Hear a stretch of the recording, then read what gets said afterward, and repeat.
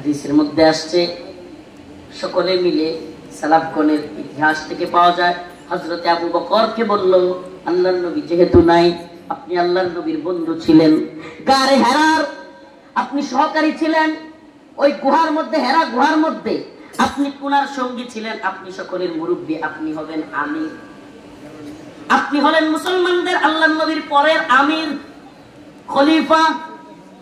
হযরত আবু বকর এমন কান্না শুরু করছেন, কান্না কি শুরু করছেন, এমন কান্না শুরু করছেন, কান্না ভাঙ্গা চুরে যাইতেছেন, হায় হায় অবস্থা এমন যে আবু বকর মনে হয় বেহুশ হয়ে যাবে, খলিফাতুল মুসলিমিন বেহুশ হয়ে যাচ্ছেন।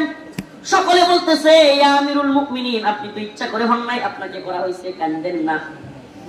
হযরতে ওমরকে বলে, ওমর আমাকে এই দায়িত্ব দেওয়ার চাইতে আর কিছু দাও, এই বোঝা আমি নিতে পারতেছি না।